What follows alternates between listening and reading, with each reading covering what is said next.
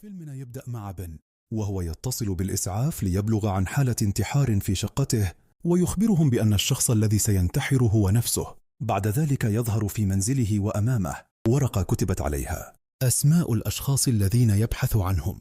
كان أول اسم هو إزرا، وهو موظف كفيف يعمل في شركة للبيع عبر الإنترنت.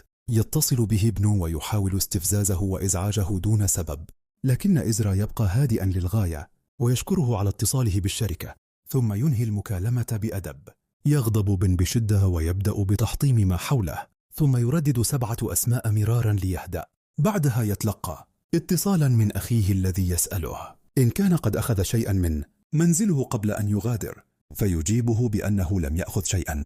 الاسم الثاني في القائمة هو إيميلي. يذهب بن إلى منزلها فلا يجدها، ويعلم من جارتها أنها في المستشفى لإجراء فحوصات على قلبها. يذهب إلى هناك ويراقبها من بعيد وهي على السرير. تلاحظ وجوده أثناء استيقاظها، لكنه يغادر دون أن يتحدث معها. بعد ذلك يذهب بن إلى المستشفى لحضور اجتماع مع أحد الأطباء لمناقشة أوضاعه الضريبية، إذ إن ابن يعمل محصلا للضرائب.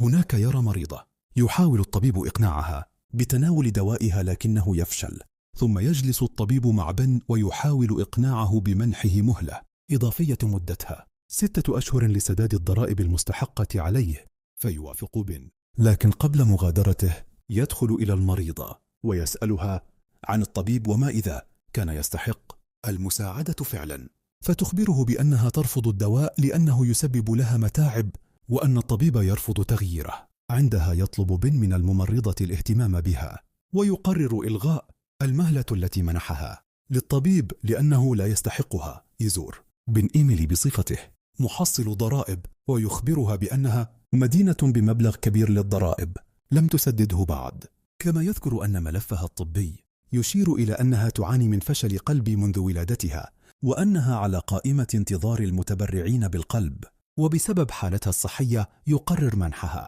مهلة 6 أشهر لتسديد المبلغ.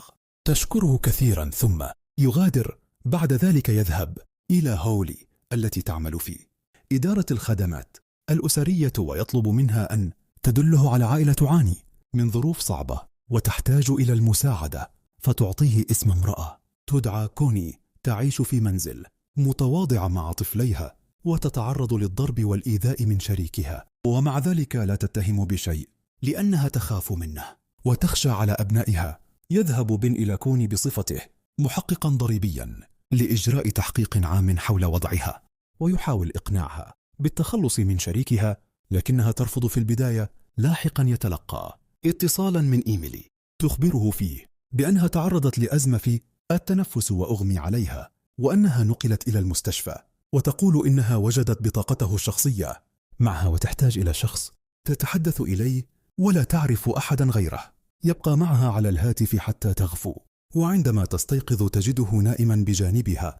ثم تدخل طبيبتها وتخبرها بأن حالة عضلة قلبها ازدادت سوءا، وأن أمامها أقل من 6 أسابيع للعثور على متبرع بالقلب. يذهب بن إلى منزل إيميلي ويأخذ كلبها معه إلى الفندق الذي يقيم فيه، وهناك يتلقى اتصالا من كوني تخبره بأنها بحاجة فعلية إلى المساعدة، وأنها تراجعت عن موقفها السابق. تبدو عليها آثار الضرب والعنف وقد هربت من منزلها. يلتقي بها بن ويعطيها ظرفا ومفتاحا، ثم يدلها على عنوان منزل، وعندما تصل تفتح الظرف تكتشف أنه نقل ملكية المنزل بالكامل إليها، وأن جميع الأوراق القانونية أصبحت باسمها، ويطلب منها ألا تحاول الاتصال به مجددا، وأن تستمتع بحياتها الجديدة مع طفليها. بعد ذلك يذهب إلى المستشفى ليصطحب إيميلي إلى منزلها، وفي اليوم التالي يعود ليساعدها في تنظيف الحديقة. ثم تأخذه إيميلي إلى مرآب منزلها، حيث تحتفظ بآلات الطباعة اللي كانت تستخدمها في عملها. كانت إيميلي تري بن دعوات الأفراح التي كانت تطبعها قبل أن يشتد عليها المرض وتتوقف عن العمل. ثم عرضت عليه آلة طباعة قديمة تعطلت منذ 5 سنوات، ولم تجد من يستطيع إصلاحها. أخبرته أنها احتفظت بها لأنها عزيزة جدا على قلبها. بعد ذلك خرجا معا للتنزه، فسألها ابن عن أمنيتها، فأجابته بأنها تتمنى أن تتمكن من الجري يوما ما. قضيا اليوم معا، ثم أوصلها إلى منزلها. وفي تلك الليلة تسلل بهدوء إلى مرآب منزلها، وحاول إصلاح آلة الطباعة حتى طلوع الفجر. عندما عاد إلى منزله أخذ يسترجع ذكريات حادثة قديمة أثرت في حياته، وتذكر زوجته التي توفيت. وفي اليوم التالي ارتدى ملابسه وذهب إلى المستشفى، حيث تبرع بنخاع العظام لطفل صغير يدعى نيكولاس. وبعد أن أنهكه التعب تلقى اتصالا من إيميلي تدعوه إلى تناول الغداء معها. ذهب إلى منزلها فأهدته هدية، ثم رقصا معا، وأخبرها أنه أعد لها هدية خاصة في المرآب. هناك اكتشفت أن آلة الطباعة القديمة قد عادت للعمل من جديد، فغمرتها السعادة لأنها كانت قد حاولت إصلاحها مرارا دون جدوى. أخبرها بن أنه سيذهب إلى السيارة ليحضر بقية الهدية، لكنه فوجئ بأخيه يقف في انتظاره. نشب بينهما شجار، واتهمه أخوه بانتحال صفة موظف حكومي، موضحا أن ما يفعله جريمة لا يجوز الاستهانة بها. وهنا يتبين أن بن كان ينتحل هوية أخيه ويستخدم بطاقته وشعار عمله كمحصل ضرائب. طلب الأخ من بن أن يرافقه ويشرح له الحقيقة كاملة، فاعتذر بن لإيميلي وأخبرها أن الوقت اتأخر وأنه مضطر للمغادرة، لكنه لم يستطع الابتعاد عنها بسهولة، فقضى معها بقية المساء حتى نامت.